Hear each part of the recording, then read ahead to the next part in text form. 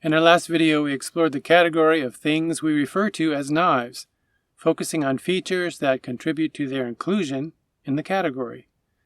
In this video, we'll continue to think about knives, this time exploring how the knife category relates to other categories, and concluding with some thoughts on how categories are structured and how they vary through time and from place to place.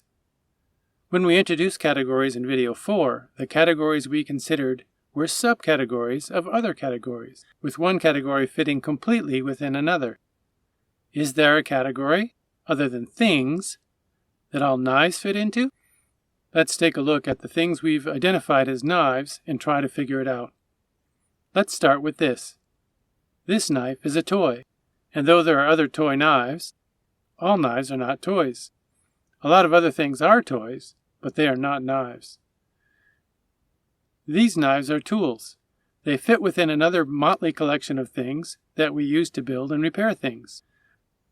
But all knives don't fit into that category either. Or do they? Can all of the knives we've considered count as tools for you? We'll come back to that question in a minute. These knives are cutlery or silverware. They go with forks and spoons. Is there a category that both scalpels and palette knives can fit into?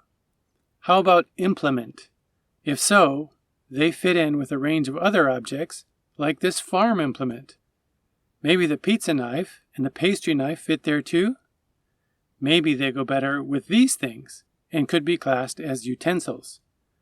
And how about these? They might be in the weapon category, along with handguns and tanks. It might be that the toy knives belong there as well, because they are, after all, toy weapons. What do you think? At any rate, it appears that different knives can belong to different categories, but so far we haven't found another broad category that all knives fit into.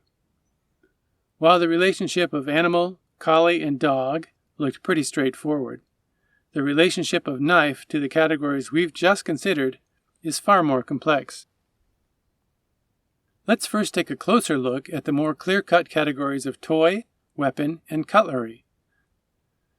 While not all knives belong to one of these categories, some knives belong to two of them simultaneously. How about the categories of tool, utensil, and implement? One problem is these categories are used differently by different people. For some people, all knives actually are tools, as are utensils and implements. For other people, knives and tools and utensils are all implements. For others, these are all separate but overlapping categories. Another problem is we tend to use certain category labels differently in different contexts. An example is how we use the term animal.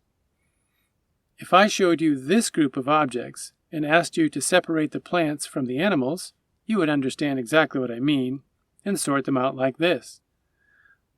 But if we remove the plants and I ask you to separate the animals from the birds and fish, you would know exactly what I mean and sort them out like this.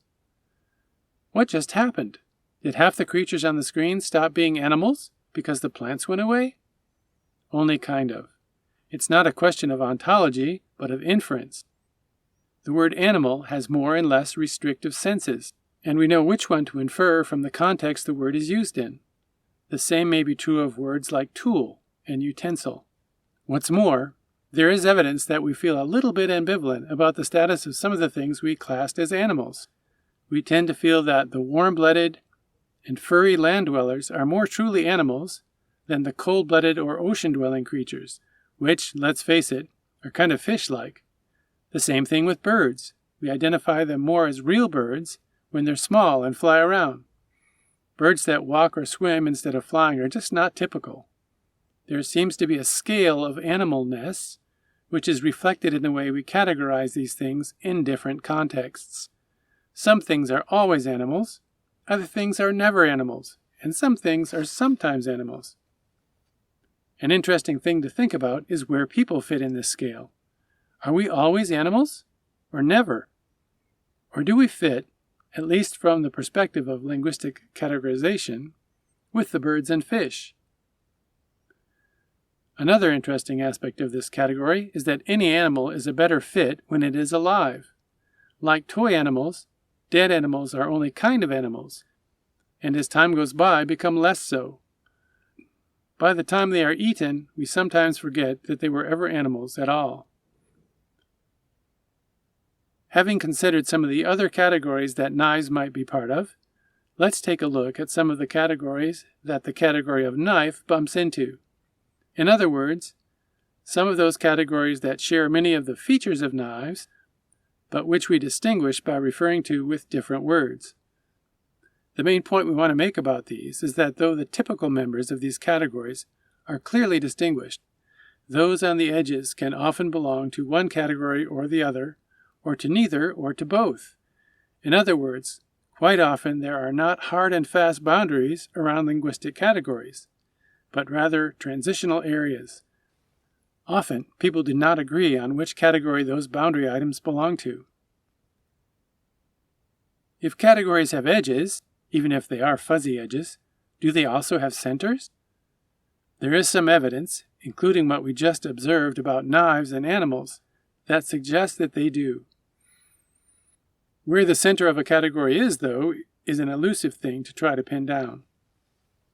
The first challenge is to define what we mean by the center of a category. Is the center of the knife category the first thing that comes to mind when someone hears the word? Is it the knife that best exemplifies the most features from the list we compiled? Is it the thing that most speakers of the language identify as most typical when asked their opinion? If we're looking for the center of categories like sun or moon, approaching the issue with questions like these is very likely to yield promising results. Nearly everyone is likely to identify the same objects as the center of these categories and identify the same attributes as being most characteristic of members of the category. This might be, however, because everyone on the planet's experience with these categories is dominated by interaction with the sole accessible member of each. One problem with coming up with a center for many categories is that people's experience with members of them varies widely from place to place and across time, so not all speakers of a language always agree on what best typifies a category. Think, for example, about the category dog. When you think of a typical dog, what comes to mind? Is it one of these? People's experiences with dogs vary a great deal, and the tendency is to identify the center of the dog category as being closer to the kind of dog with which you have the most experience. So growing up in Alaska with sled dogs, or in a New Jersey apartment complex with pugs and poodles, or with hunting dogs in rural Alabama is likely to influence your assessment of what is typical. The same would be true of a category like tree. A typical tree for someone from Miami is likely to be different than what's typical for someone from Minneapolis or Seattle. Our day-to-day experience of associating words with objects greatly influences our instincts about what is normal or typical. Time affects what we perceive about categories as well. When I was a child in the 1960s, my first and most salient experiences of things called records were with objects like these. I later learned that record could mean other things as well, but the flat black discs were always the center of my understanding of the term. The experience of kids born in the 1990s was much different. As children, they may have never seen an LP, so their idea of what a record might mean was different to mine. Another problem with figuring out what is at the center of a category is that it is not always clear how many categories a given word might refer to. As we have seen, it's pretty clear that sun refers to a single category. Likewise, it's clear that the word male can refer to at least two very distinct categories.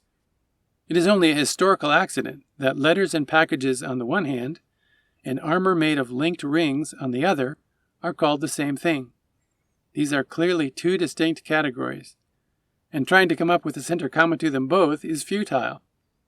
But with other words, it's not so clear-cut.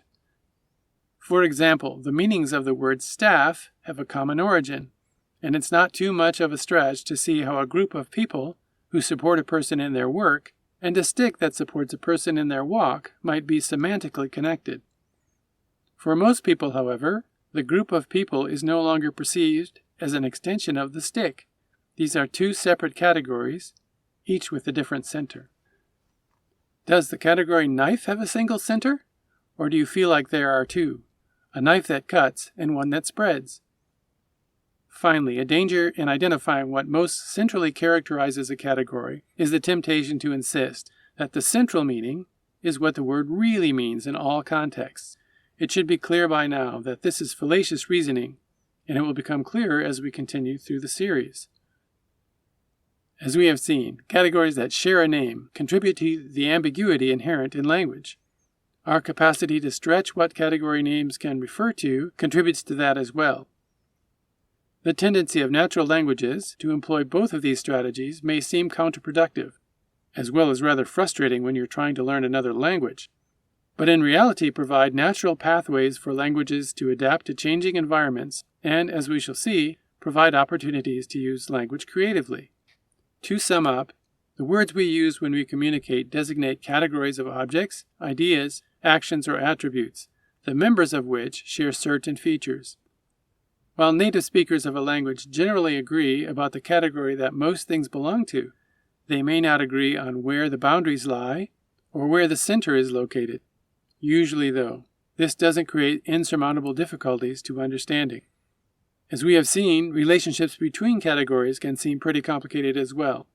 The amazing thing is, we are equipped to navigate these complexities without even being conscious of what we're doing, while exploiting the varieties of relationships they create to construct concise and nuanced messages to other human beings, who in turn unravel what we mean with little conscious effort.